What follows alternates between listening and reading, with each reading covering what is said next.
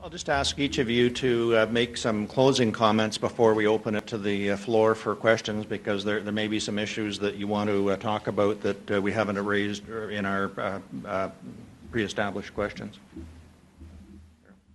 Well, I think I'm almost commented out, but I think it's interesting just listening to all three of us and trying to get a grasp on what direction we're going.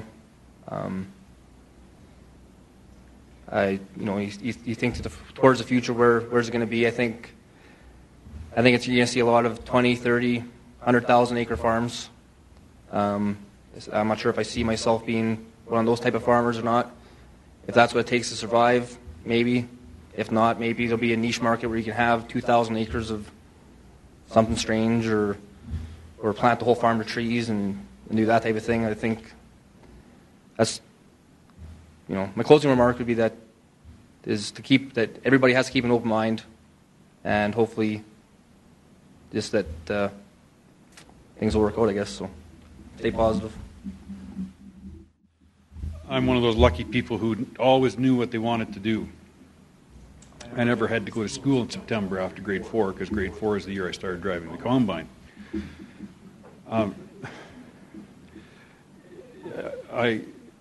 And it's a wonderful thing, actually, for those of you who are like me, that always knew what they wanted to do, never had that self-doubt, or never had to search around for 20 years or 10 or whatever. Anyway, a lot of the current farm model, I think, or has been in the last few years, that 20 years maybe or longer, you buy some land and you try like hell to pay for it, buy some more, until you get to a certain age when you've tired out or had enough or whatever, and you either try to transfer it to the kids, sometimes successfully and sometimes not, or you just sell the farm.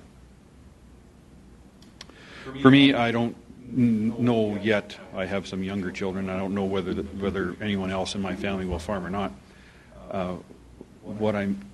The difference that I think in my mind is that I don't want to have to sell the farm.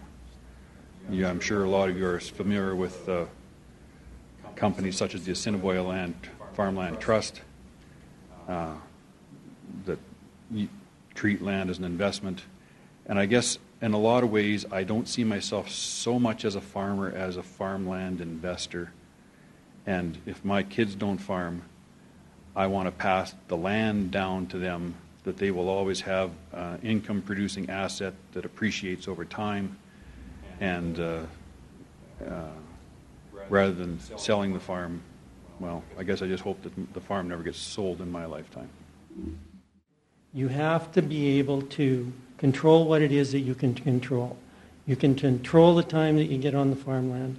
You can control the time that you market. You can control the time that you spray, what type of seed rotation, crop rotation you put in. Those are the types of things you can control.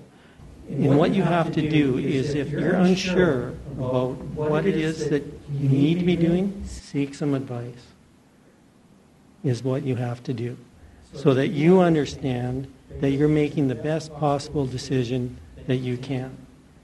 Don't dwell on the past, because the past is gone. Dwell on the future.